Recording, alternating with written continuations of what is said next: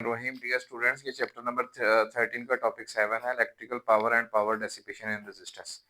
इसको समझने के लिए हम पहले एक सर्किट जो है वो देखते हैं कि यहाँ पे आपके पास एक बैटरी लगी हुई है। बैटरी के साथ एक आपके पास रजिस्टर लगा हुआ है।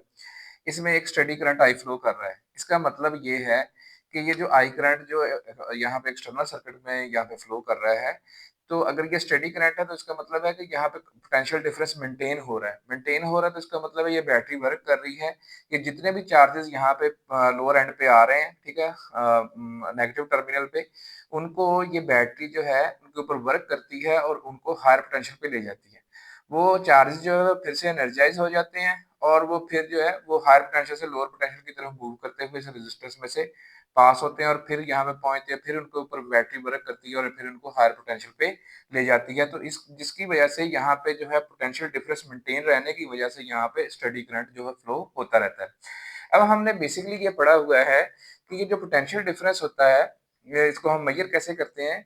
अगर आपके पास एक डेल्टा क्यू चार्ज है जिसको डेल्टा क्यू चार्ज है जो कि यहाँ पे आपके पास लो नेगेटिव टर्मिनल पे है, यानी लोअर पोटेंशियल पे, उसको ये बैटरी उसके ऊपर वर्क करती है।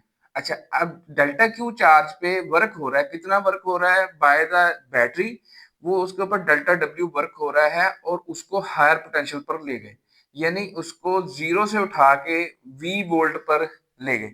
यानी आप इन दोनों पॉइंट्स के दरमियान जो पोटेंशियल का डिफरेंस है, जो कि एक्चुअली वी वोल्ट आपके पास यहाँ पे वी जो है वो पोटेंशियल डिफरेंस है। तो जो वी पोटेंशियल डिफरेंस है, हमने बेसिकली वो पढ़ा हुआ है कि जो वर्क डन डिवाइडेड बाय वो चार्ज जिसके ऊपर वर्क हो रहा है उनको 2 पॉइंट्स के दरमियान मूव करने के लिए, तो उन्हीं 2 पॉइंट्स के दरमियान वही आपके पास पोटेंशियल डिफरेंस होता है।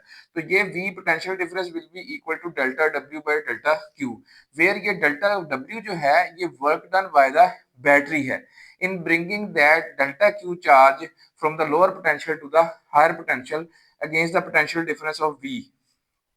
तो यहाँ पे work done by the battery अगर हम निकालना चाहें तो ये V डेल्टा क्यू आके तो जरूर खा जाएगा V इंटू डेल्टा क्यू, ये work done by the battery है।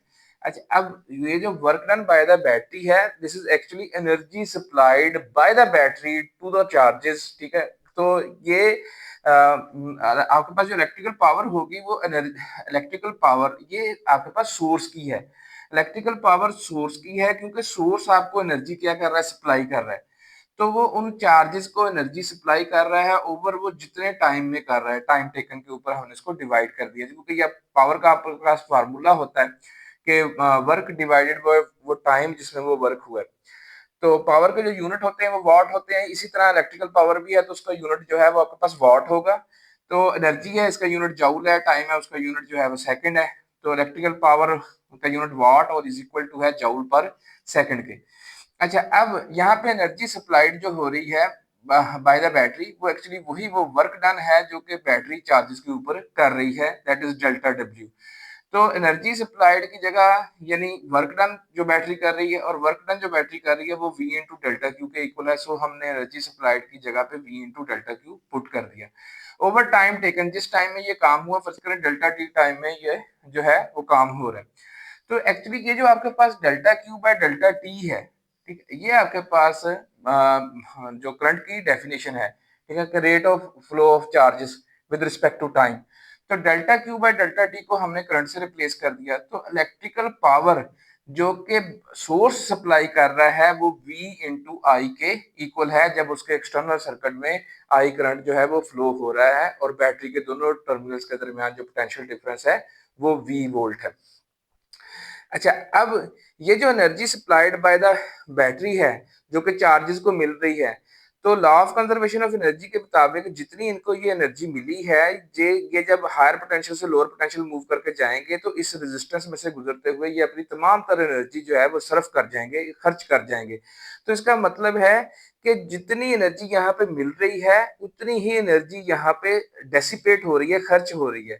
सो आपके पास जो power delivered to the charges हैं और जो चार्जेस जो हमें वापस जो है वो एनर्जी दे रहे हैं इस रेजिस्टेंस में से गुजरते हुए, जो उनकी जो इलेक्ट्रिक पोटेंशियल एनर्जी है वो कन्वर्ट हो रही है किसी और काइंड ऑफ एनर्जी में।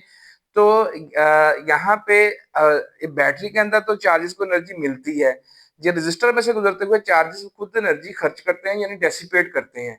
तो इलेक्ट्रिकल पावर जितनी बैटरी प्रोवाइड कर रही है, चार्जेस उतनी ही एनर्जी जब रजिस्टर में से गुजरते हैं तो वो उतनी एनर्जी आपके पास खर्च कर आते हैं। इस वजह से पावर, जो electrical power delivered by the battery है और जो जो उनकी पावर डेसिपेशन है वो आपके पास सेम होगी। सो यही फार्मूला हम जो V इंटू आई जो है वो पावर डेसिपेशन के लिए भी इस्तेमाल करेंगे।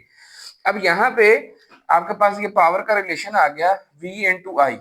अच्छा, अब यहाँ पे इसके जो पावर डेसिपेशन के और भी हमारे पास रिलेशंस मौजूद हैं, जो कि बेसिक रिलेशन V इंटू आई से ही जो है वो अखज किए जाते हैं।